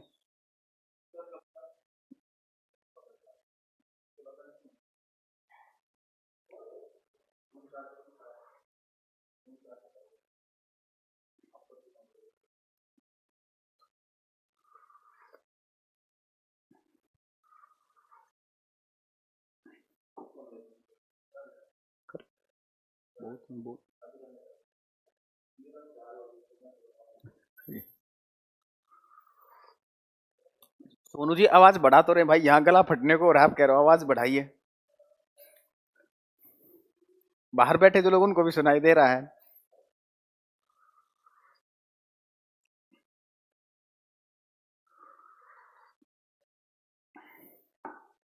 ठीक है, अब आगे देखो। देखो, अभी तक हमने यही पढ़ा है, एटम जो है वो तीन चीजों से बना है, इलेक्ट्रॉन, प्रोटॉन, न्यूट्रॉन से। लोकेशन पता कर ले। अब किसी भी तत्व के अंदर, किसी भी एलिमेंट के अंदर कितने इलेक्ट्रॉन्स होंगे, कितने प्रोटॉन्स होंगे, कितने न्यूट्रॉन्स होंगे, कैसे कैलकुलेट करेंगे? देखो, तो इनकी कैलकुलेशन के लिए यूज करेंगे हम एटॉमिक नंबर और एटॉमिक मासेस का। तो हेडिंग डालिए एटॉमिक नंबर, परमाणु संख्या, एटॉमिक नंबर, परमाणु संख्या, एटॉमिक नंबर, परमाणु संख्या। तो अगर आपको किसी एलिमेंट का एटॉमिक नंबर पता है तो आप उससे क्या इंफॉर्मेशन निकाल सकते हो? देखो, एटॉमिक नंबर हमेशा बराबर होता है नंबर ऑफ प्रोटॉन्स के, चाहे कोई भी केस हो। एटॉमिक नंबर हमेशा बराबर होगा नंबर ऑफ प्रोटॉन्स के। कहने का मतलब क्या है? जितने प्रोटॉन, जितना एटॉमिक नंबर होगा जिस तत्व का, जिस एलिमेंट का, उसके अंदर प्रोटॉन की संख्या भी उतनी ही होगी, ठीक है। तो देखो, जैसे एग्जांपल, Na पॉजिटिव, ऑक्सीजन 2-, ठीक है। Na का एटॉमिक नंबर 11, 11, 8। तो आपको पता लगाना है कि इनके अंदर प्रोटॉन की संख्या कितनी होती है। तो देखो, प्रोटॉन की संख्या किसके बराबर होती है? हमेशा एटॉमिक नंबर के, और एटॉमिक नंबर हमेशा हम नीचे लिखते हैं। तो इसका एटॉमिक नंबर कितना है? 11। तो जितना एटॉमिक नंबर होगा उतने ही होंगे आपके प्रोटॉन। इसका एटॉमिक नंबर कितना है? 11। तो इसके अंदर भी प्रोटॉन कितने होंगे? 11। इसका एटॉमिक नंबर कितना है? 8। तो प्रोटॉन कितने होंगे? 8। तो जितना एटॉमिक नंबर उतने ही प्रोटॉन। इस चार्ज से नंबर ऑफ प्रोटॉन पर कोई इफेक्ट नहीं पड़ता, ठीक है। अब इलेक्ट्रॉन की संख्या कैसे कैलकुलेट करेंगे? एटॉमिक नंबर हमेशा बराबर होता है प्रोटॉन के, लेकिन कुछ केसेस में वो इलेक्ट्रॉन के बराबर भी होगा। कब होगा? जब एटम अगर आपका न्यूट्रल है, न्यूट्रल मतलब उस पर कोई भी चार्ज नहीं है, ना तो पॉजिटिव चार्ज है ना नेगेटिव चार्ज है, ठीक है, तो उसे बोलते हैं हम न्यूट्रल। तो जब एलिमेंट पर, तत्व पर कोई चार्ज नहीं होगा तो जितना एटॉमिक नंबर होगा उतने ही उसके अंदर इलेक्ट्रॉन की संख्या होगी। जैसे एग्जांपल देखो, यहां पर आपको इलेक्ट्रॉन कैलकुलेट करने हैं, तो मैंने कहा इलेक्ट्रॉन किसके बराबर होते हैं, एटॉमिक नंबर के, लेकिन कब, जब वो न्यूट्रल होगा। न्यूट्रल मीन्स कोई चार्ज नहीं है, तो इस पर कोई चार्ज नहीं है, ठीक है, तो जितना इसका एटॉमिक नंबर होगा इतने ही इसके अंदर इलेक्ट्रॉन होंगे। अब लेकिन यहां पर चार्ज आ गया, तो चार्ज आ गया तो ये फॉर्मूला आप अप्लाई नहीं कर सकते। तब कैसे कैलकुलेट करोगे, जो भी एटॉमिक नंबर है उसको एज इट इज कॉपी करो नीचे, उसके बाद जैसा चार्ज होता है आप उस चार्ज के साइन को रिवर्स करोगे, वैल्यू को नहीं छेड़ोगे। यहां पर कितना 1 होगा, +1, ये -2, तो आपको वैल्यू को नहीं छेड़ना, इस चार्ज का साइन रिवर्स करना है। प्लस है तो माइनस कर दो, वैल्यू उतनी रहेगी। -2 है तो +2 कर दो। तो इसके अंदर इलेक्ट्रॉन कितने हो गए, 10, इसके अंदर भी 10, तो दोनों के अंदर नंबर ऑफ इलेक्ट्रॉन बराबर है। तो जिसके अंदर नंबर ऑफ इलेक्ट्रॉन बराबर होते हैं उसे हम क्या बोलते हैं, आइसो। जल्दी से बताना।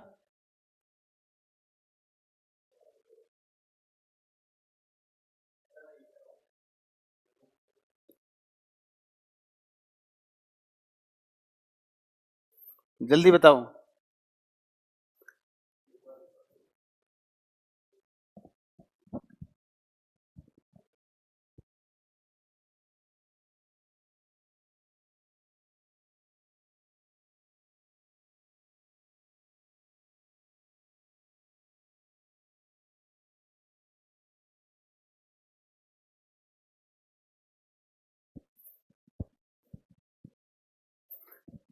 आइसोबार, आइसोटॉप, बहुत बढ़िया, वेरी गुड, बहुत बढ़िया, वेरी गुड। आइसोटोन, मजा ला दिया। इतनी खतरनाक चीजें कहाँ से पढ़ते हो आप मूर्खो, ये आइसो इलेक्ट्रॉनिक होते हैं। आइसो वर्ड दिखते हैं बस, आइसोटॉप, आइसोबार यही याद आता है, ठीक है। तो आइसो इलेक्ट्रॉनिक किसे बोलते हैं, जिसके अंदर इलेक्ट्रॉन का नंबर सेम होता है, वो आपके एग्जाम्पल होते हैं आइसो इलेक्ट्रॉनिक के। तो दोनों के अंदर नंबर ऑफ इलेक्ट्रॉन बराबर है, तो इन्हें बोलेंगे हम आइसो इलेक्ट्रॉनिक। तो आइसो इलेक्ट्रॉनिक किसे बोलते हैं, जिसमें सेम नंबर ऑफ इलेक्ट्रॉन्स आपके होते हैं, same number of electrons.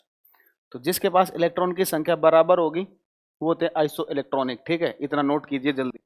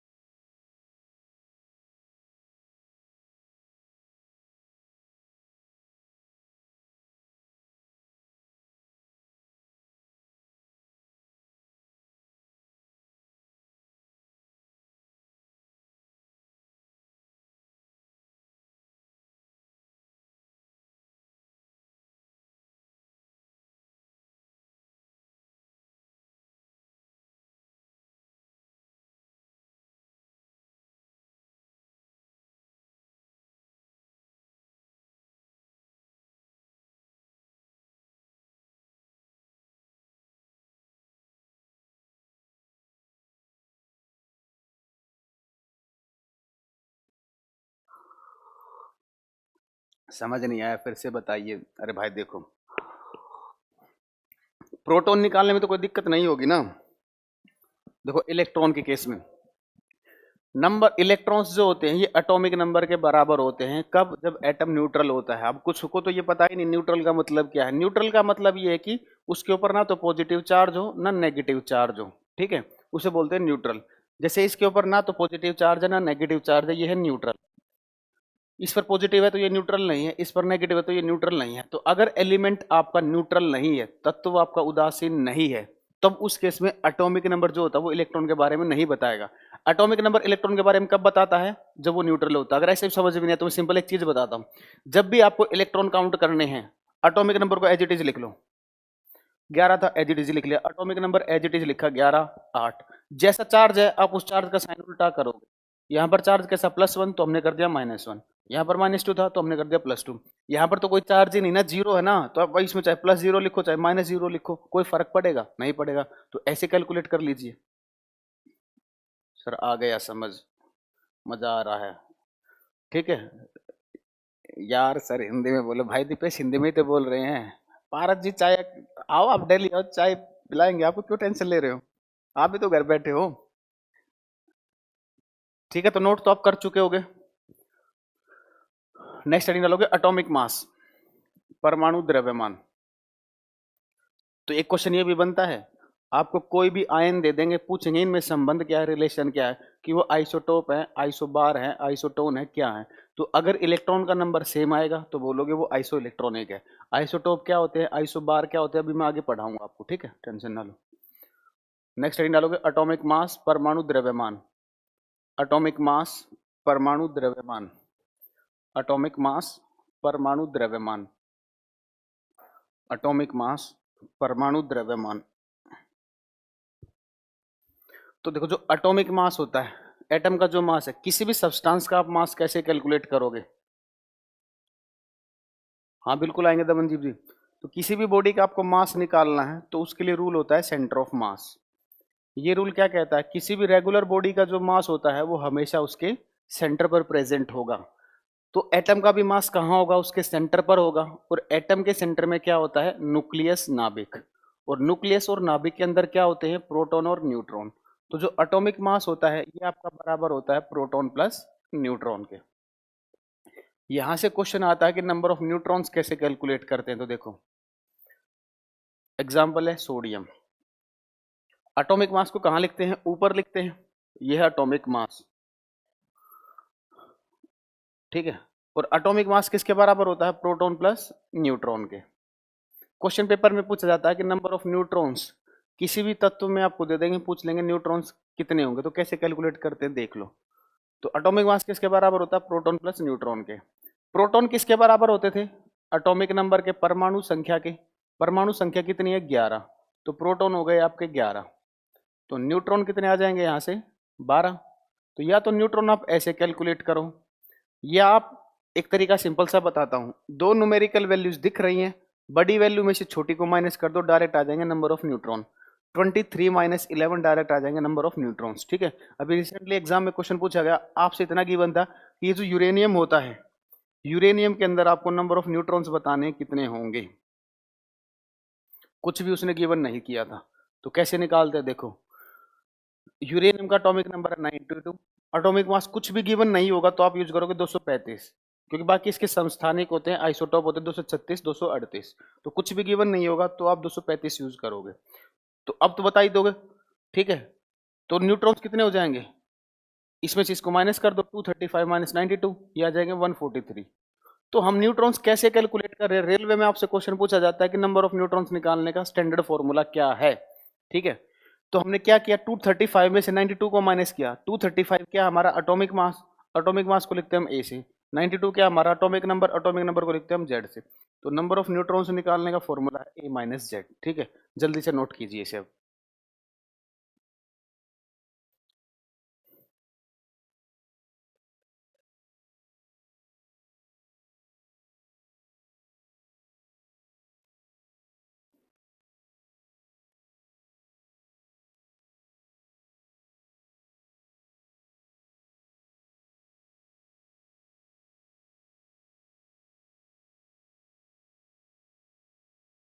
Subhash ji, centre of mass physics का टॉपिक है भाई।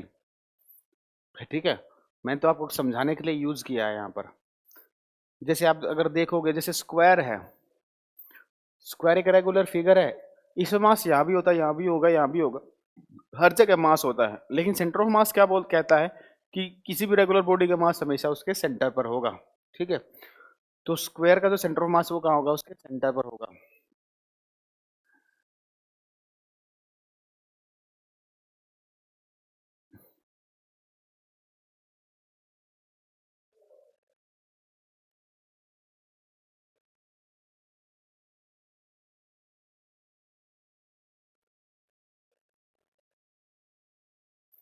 अजय जी, हाँ इसके बाद भी बैच है ना, तो उस हिसाब से क्लॉक देखना पड़ता है ना भाई, इसके और भी तो बैच पढ़ाने हैं इसके बाद। ठीक है, तो आगे देखो, अब क्वेश्चन, यहाँ से क्वेश्चन आता है न्यूट्रॉन कैसे कैलकुलेट करते हैं, स्टैंडर्ड फॉर्मूला क्या होता है, ये आपके पेपर के क्वेश्चन है। अब एक चीज बताना,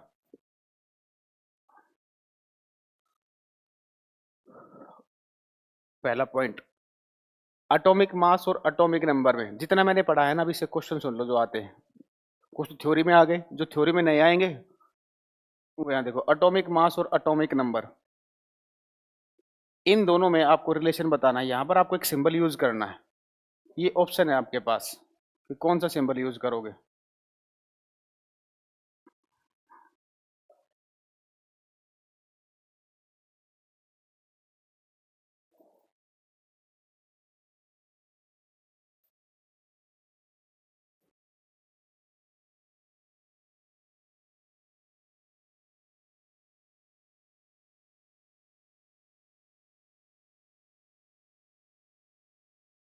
जल्दी बताओ क्या आंसर दोगे।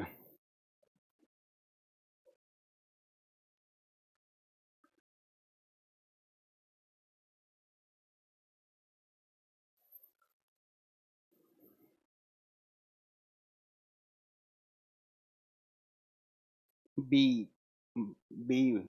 बाकी किसी भी आइटम में चल जाएगा सर 235। नहीं भाई, ये यूरेनियम के लिए है बस। Sonu greater than A B B. बहुत बढ़िया, वेरी गुड। तो जो आंसर नहीं दे रहे उनके लिए तो जी भी होगा, एफ भी होगा ना। कुछ को तो पर्सन बहुत टफ लग रहा होगा, बहुत कठिन लग रहा होगा, ठीक है, और कुछ को पता ही नहीं हो क्या रहा है। देखो, अभी मैंने आपको एक लिस्ट बनवाई थी, मैंने उसमें आपको स्पेशली फोकस करके कुछ बताया था। तो देखो, अभी सोडियम का एग्जाम्पल किया था, एटॉमिक नंबर 11 था, एटॉमिक मास 23 था। कौन सी वैल्यू बड़ी है? Atomic mass. एटॉमिक मास हमेशा बड़ा होता है एटॉमिक नंबर से, परमाणु द्रव्यमान हमेशा बड़ा होता है परमाणु क्रमांक से। लेकिन मैंने हाइड्रोजन के बारे में एक बात बताई थी, हाइड्रोजन पूरी पीरियोडिक टेबल का एकमात्र एक ऐसा एलिमेंट है जिसका एटॉमिक नंबर और एटॉमिक मासेस दोनों बराबर होते हैं। तो हाइड्रोजन में ये दोनों बराबर है, तो बराबर होने की वजह से यहाँ पर आ जाएगी इक्वलिटी। तो अगर आपसे पूछा जाए एटॉमिक मास और एटॉमिक नंबर में क्या रिलेशन है, क्या संबंध है, तो आप बोलोगे एटॉमिक मास या तो एटॉमिक नंबर के बराबर हो सकता है या इससे बड़ा होगा। एटॉमिक मास कभी भी एटॉमिक नंबर से छोटा नहीं होगा। हाँ, अगर आप बोलते कि हाइड्रोजन को छोड़ के बताओ क्या रिलेशन होगा, तो आप बोलोगे हाइड्रोजन को छोड़ दें तो एटॉमिक मास परमाणु द्रव्यमान हमेशा एटॉमिक नंबर से बड़ा होगा, परमाणु द्रव्यमान हमेशा परमाणु संख्या से बड़ा होगा। कब? अगर हम हाइड्रोजन को छोड़ दें। लेकिन अगर एक जनरल बात की जाए तो आप बोलोगे एटॉमिक मास या तो एटॉमिक नंबर के बराबर होगा या इससे बड़ा होगा, कभी इससे छोटा नहीं हो सकता। अब किसी भी एलिमेंट की जो केमिकल प्रॉपर्टीज होती हैं, ठीक है, वो आपकी एटॉमिक नंबर पर डिपेंड करती है। क्यों डिपेंड करती है? पीरियोडिक टेबल आएगी जब बता दूंगा, इस चैप्टर के बाद पीरियोडिक टेबल ही पढ़ाऊंगा, ठीक है। तो किसी भी एलिमेंट की जो प्रॉपर्टीज होती हैं वो किस पर डिपेंड करती हैं? एटॉमिक नंबर पर। तो एटॉमिक नंबर जो होती है ये ज्यादा फंडामेंटल क्वांटिटी होती है एटॉमिक मास से। ये स्टेटमेंट दी थी मोजले ने।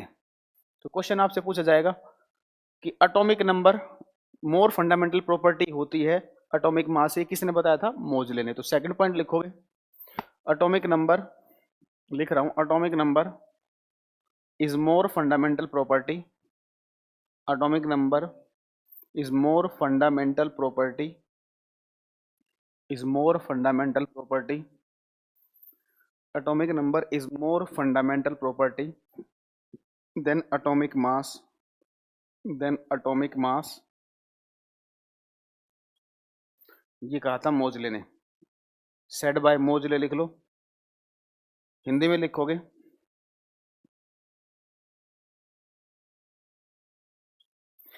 परमाणु क्रमांक, परमाणु क्रमांक, परमाणु क्रमांक परमाणु द्रव्यमान की तुलना में,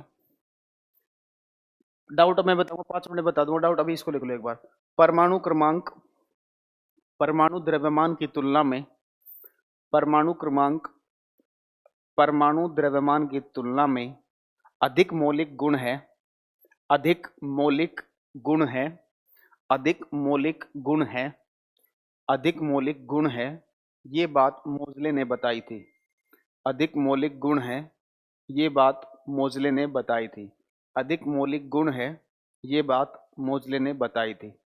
अधिक मौलिक गुण है, ये बात मोजले ने बताई थी। देखो, मास बोलो चाहे वेट बोलो, केमिस्ट्री में दोनों सेम है। स्वांग जी, अभी तो क्लासेस खत्म हुई भाई, एटॉमिक मास टॉपिक में क्या समझ नहीं आया, एक बार वीडियो को दोबारा देखना, अगर कोई डाउट रह जाए तो अगली क्लास में मुझसे पूछ लेना। फंडामेंटल प्रॉपर्टी मतलब एलिमेंट की जो केमिकल प्रॉपर्टीज होंगी, जो रासायनिक व्यवहार होगा, वो एटॉमिक मास पर डिपेंड ना करके एटॉमिक नंबर पर डिपेंड करेगा। ठीक है, तो यहाँ आज हम इतना ही पढ़ेंगे। एटॉमिक मास एटॉमिक नंबर पे पढ़ा है, कल हम इलेक्ट्रॉन प्रोटॉन न्यूट्रॉन के बाद अगली क्लास में इलेक्ट्रॉन प्रोटॉन न्यूट्रॉन के बारे में पढ़ेंगे, इलेक्ट्रॉनिक कॉन्फ़िगरेशन पढ़ेंगे। ठीक है, कोई डाउट है तो बोलो जल्दी।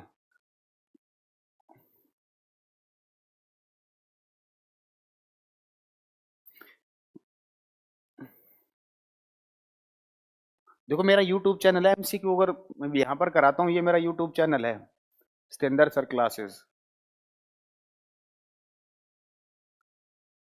ठीक है, कोई डाउट हो, कुछ चीजें हैं, क्वेश्चन वगैरह जब भी मुझे टाइम मिलता है तभी करा पाता हूँ। ठीक है, तो कुछ क्वेश्चन मैंने यहाँ पेपर कर रखे, सीडीएस वगैरह के 2-3 पेपर सोल्व कर रखे हैं, प्रीवियस ईयर क्वेश्चन करते हैं, तो आगे जैसे जैसे टाइम मिलता रहेगा करते रहेंगे। ठीक है, तो ये मेरा चैनल है, इसको सब्सक्राइब करें, ना करें अगर अच्छा लगे तो करें, नहीं अच्छा लगे तो मत करें, कोई दिक्कत नहीं है। ठीक है, लेकिन अपने काम की चीज जरूर उठाएं, इस पे से क्वेश्चंस वगैरह है यहाँ पर कराऊंगा। नहीं अमित जी ब्लॉक नहीं हो, एक्सप्लेन कर दो सर। सेट स्टेटमेंट कौन सी स्टेटमेंट भाई? I have no doubt, clear sir ji, खतरनाक writing sir ji, thank you.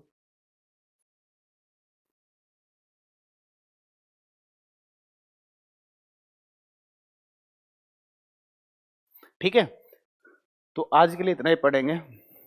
जय हो। बहुत अच्छी लगी आज की क्लास, थैंक यू औरंगजेब जी। अरे जगमोहन जी एडिपिक एसिड आएगा, टेंशन क्यों ले रहे हो? पॉलीमर पढ़ाऊंगा तब देखना, टेंशन ना लो। सर सब समझ आ रहा है।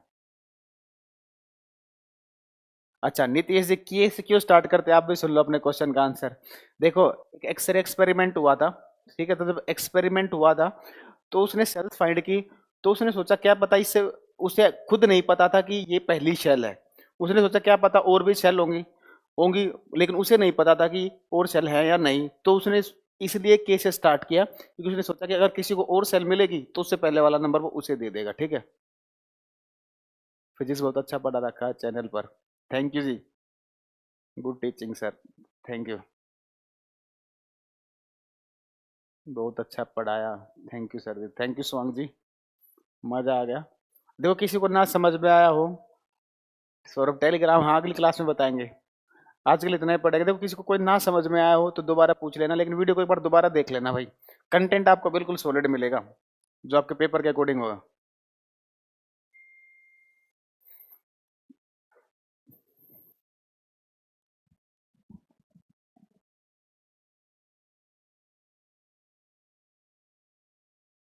ठीक है,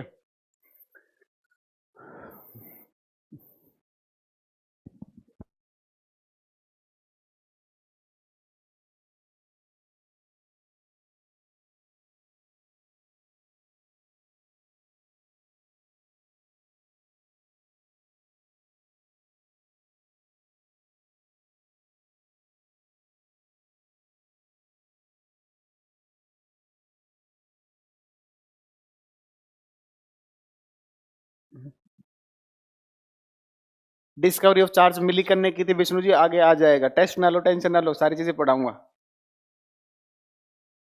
मजा आ गया। चलो ठीक है भाई, है व्हाट इज एल्यूमिनियम,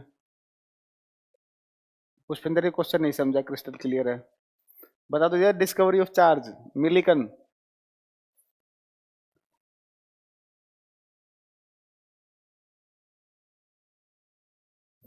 चलो भाई ठीक है, ओके गुड नाइट।